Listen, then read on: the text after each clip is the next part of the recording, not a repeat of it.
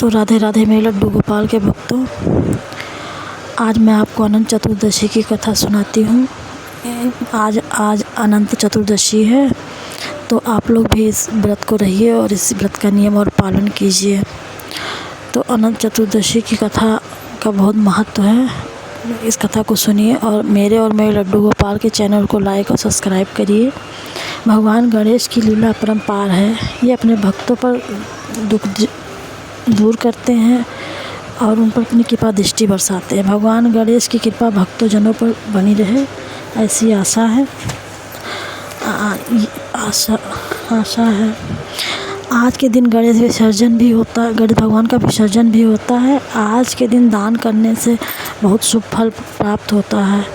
आज अनंत चतुर्दशी के अवसर पर लक्ष्मी नारायण के संग शेष नाग की भी पूजा की जाती है। साथ ही पूजा होने पर फलाहार का व्रत रखा जाता है। साथ ही रक्षा सूत्र बांधा जाता है। यह पर्व भाद्रपद मास के शुक्ल पक्ष की चतुर्थी तिथि को मनाया जाता है। इस दिन गणेश विसर्जन भी किया जाता है। अनंत चतुर्दशी के दिन सुकर्मा और रवि योग समेत कई मंगलकारी योग बन रहे हैं। इस योग में लक्ष्मी नारायण की पूजा करने से सकल मनोरथ सिद्ध होते हैं। साथ ही सभी प्रकार के संकटों से मुक्ति मिलती है। अतः आप लोग भी यह व्रत करिए और भगवान लक्ष्मी नारायण की पूजा कीजिए। तो आप लोग भी यह व्रत करिए और भगवान लक्ष्मी नारायण का कृपा प्राप्त कीजिए। यह व्रत रहने से सभी प्रकार के संकटों से मुक्ति मिलेगी। अगर आप भगवान विष्णु को प्रसन्न करना चाहते हैं तो यह पूजा के समय माता तुलसी के 108 नामों का जाप भी करें। माता तुलसी के 108 नाम का जाप करेंगे तो भगवान विष्णु आप पर सदा कृपा बरसाएंगे। इसीलिए आप लोग माता तुलसी के 108 नामों का जाप करिए। अब अनंत चतुर्दशी की कथा सुनिए। एक बार राजा युधिष्ठिर ने यज्ञ किया और यज्ञ मंडप को बेहद सुंदर और अद्भुत रूप से सजवाया।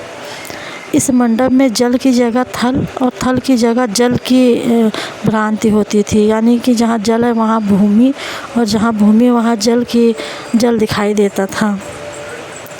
बहुत से लोग सावधानी के बाद भी कई लोग इस अद्भुत मंडप में धोखा खा चुके थे। इसमें दुर्योधन एक स्थल को देखकर जल कुंड में जा गिरे।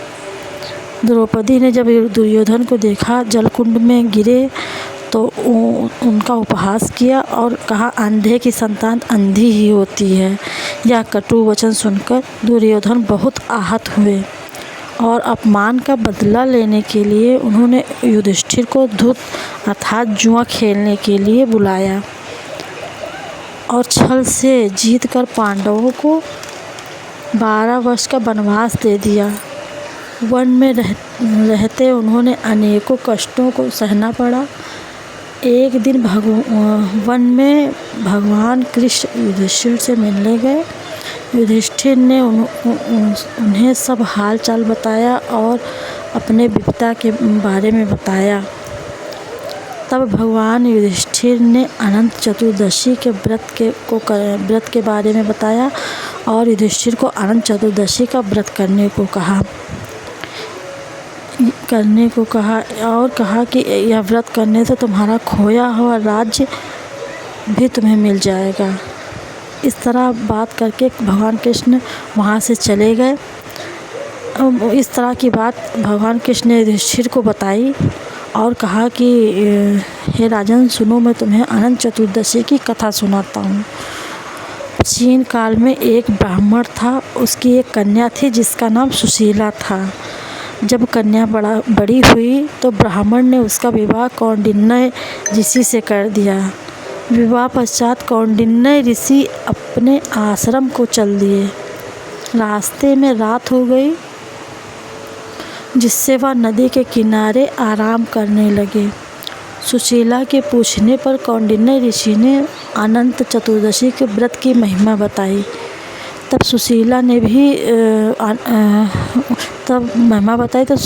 भी इस व्रत को करने का मन किया और वहीं पर अनंत चतुर्दशी व्रत का अनुष्ठान किया। 14 गांठों वाला डोरा अपने हाथ में बांध लिया। फिर वह अपने पति के पास वापस आ गई। कौंडिन्य ऋषि ने सुशीला के हाथ में बंधे डोरे के बारे में पूछा। तब सुशीला ने सारी बात बता दी। कौंडिन्य ऋषि सुशीला की बात से अप्रसन्न हो गए और उनके हाथ में बंधे डोरे को आग लगा दी। इससे अनंत भगवान का अपमान हुआ, जिसके परिणाम स्वरूप कौंडिन्य ऋषि की सारी संपत्ति नष्ट हो गई। सुशीला ने इसका कारण डोरे में आग लगाना बताया। इसका पश्चाताप इस तरह कौंडिन्य ऋषि की सारी संपत्ति और उनका धन नष्ट हो गया, जिससे कौंडिन्य ऋषि इधर उधर भटकने लगे।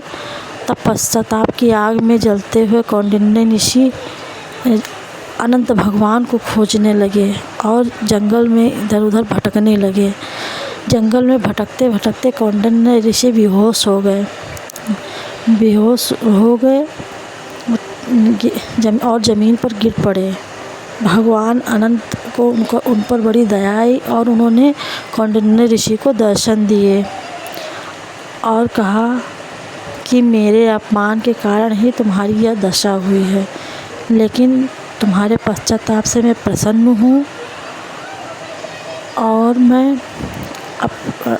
प्रसन्न हूँ। तुम जाओ और 14 वर्षों तक विधि विधान से मेरा यह व्रत करो, इससे तुम्हारे कष्ट दूर हो जाएंगे। यह सुनकर कौंडिन्य ऋषि ने भगवान अनंत का आशीर्वाद लिया और जंगल से अपने आश्रम को वापस आ गए। वहाँ पे उन्होंने और उनकी पत्नी सुशीला ने, दोनों लोगों ने अनंत चतुर्दशी का व्रत बड़ी विधि विधान से 14 सालों तक किया। इसके पश्चात उनकी सारी धन संपत्ति वापस आ गई और वो लोग आराम से रहने लगे। इस तरह ये व्रत कथा समाप्त हुई। तो आप लोग भी इस व्रत कथा को सुनिए और भगवान अनंत का आशीर्वाद प्राप्त कीजिए और मेरे चैनल को लाइक और सब्सक्राइब करना न भूलिए।